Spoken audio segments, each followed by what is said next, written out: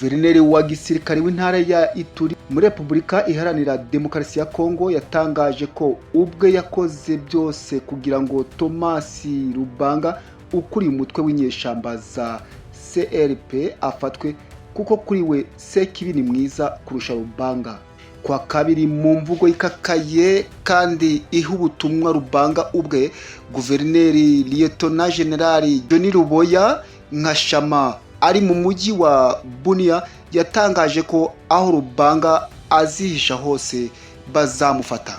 Nyuma y'imyaka 4 afunguwe n'urukiko mpuzamahanga mpanabyaha umwaka ushize, Thomas Lubanga yashinze umutwe w'inyeshamba yise Convention pour la Révolution Populaire CRP. Uyu mutwe wahise utangira ibikorwa n'ibitero mu ntara ya Ituri, kandi muri iki gihe bivugwa ko wigaruriye agace ko muri intara ahegereye umupaka wa Uganda.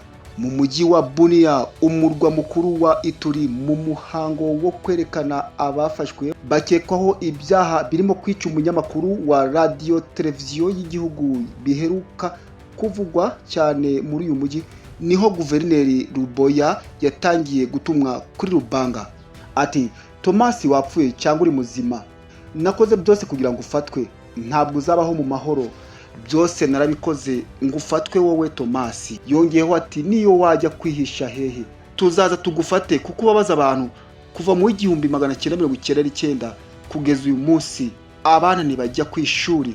Urashaka ko ari nde ugushyigikira? Yewe na Sekibi ntafite umutwe nk'uwawe. Sekibi ni mwiza kukurusha. Umutwe wa CRP ntacyo uratangaza kuri ibi byavuzwe na General Luboya. Byagiweho impaka nyinshi n'abantu ku mbuga nkoranyambaga, bamwe bashyigikira umuhate no kwiyemeza k'uyu musirikare mukuru, abandi bakemanga ubushobozi bw'ingabo mu gufata Thomas Lubanga. Kuva mu 2021 leta ya Kinshasa yashizeho ubutegetsi bwa gisirikare mu ntara ya Ituri na Kivu y'Amajyaruguru yise Etat de siège. Kubera umutekano muke, hagamijwe ko igisirikare gihabwa rugari kikarandura imitwe yose y'inyeshamba. Muri Ituri ubutegetsi n'abaturage bugarijwe ahanini n'ikibazo cy'inyeshamba za ADF. Mu cyumweru gishize ibitero by'izinyeshamba ku ngabo za leta mu gace ka Mambasa byiciyemo abasirikare 14 ba FARDC, nk'uko umuvugizi w'igisirikare yabibwiye itangazamakuru. Mu gihe benshi barimo kwibaza niba General Luboya azabasha gufata Lubanga nk'uko yabisezeranije, abandi bongeye kwibuka iri zina ryagarutse cyane mu makuru mu myaka yashize. Lubanga yavukiye mu ntara ya Ituri mu 1960, yinjira muri politike mu ishaka rya MPR ryari ku butegetsi bw'icyari Zaire akiri mu banyeshuri muri kaminuza Ikisangani. Nyuma yakomereje mu ishaka rya UDPS rya Etienne Tshisekedi, aho yabaye mu bakuriye urubyiruko rwaryo igihe kinini. Thomas Dilo Lubanga wo mu bwoko bw'abahema yaje kwifatanya n'umutwe witwaje intwaro wa Rassemblement Congolais pour la Démocratique RDC, ishaka rya Kisangani Movement de Libération rizwi nka RCD KMR, wari mu ihuriro ry'imitwe y'inyeshamba yafashwaga na Uganda n'u Rwanda hagati mu 1998 n'2006 mu gihe cy'intambara ya kabiri ya Kongo.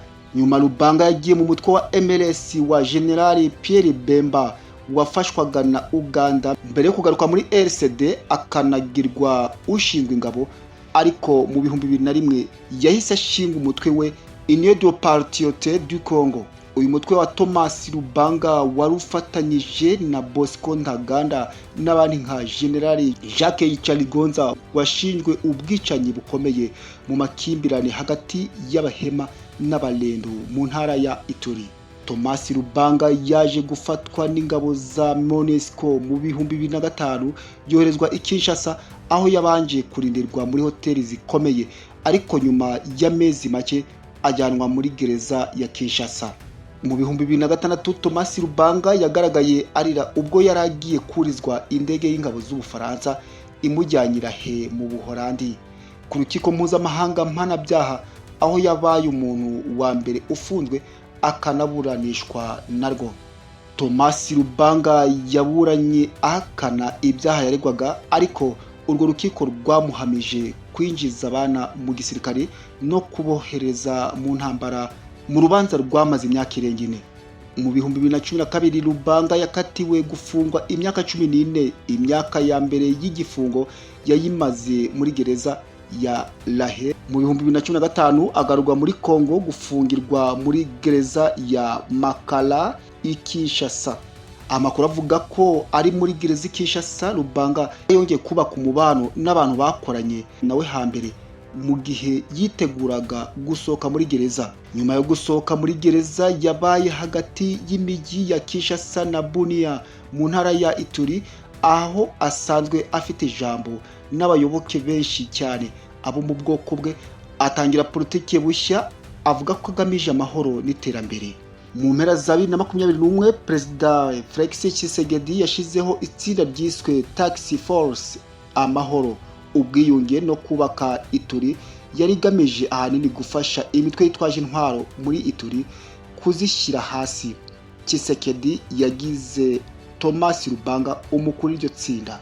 Mu kwezi kwa kabiri 2022 mu buryo butavugwaho rumwe, Thomas Lubanga na bagenzi batandatu bari muri iyo Task Force bashimutswe n'umutwe wa Codeco bari muri Ituri. Uyu mutwe wabarekuye nyuma y'amezi 2. Mu matora yo mu 2023 Thomas Lubanga yatsindiye umwanya wo kuba umudepite w'intara ya Ituri, ariko komisiyo y'amatora iramusimbuza ivuga ko umuntu wahamijwe ibyaha atagomba gutorwa ibyo we yamaganye. Nyuma yo kunanirwa gusubira muri politike muri Ituri mu 2024 Thomas Lubanga yagiye muri Uganda avuga ko ahunze.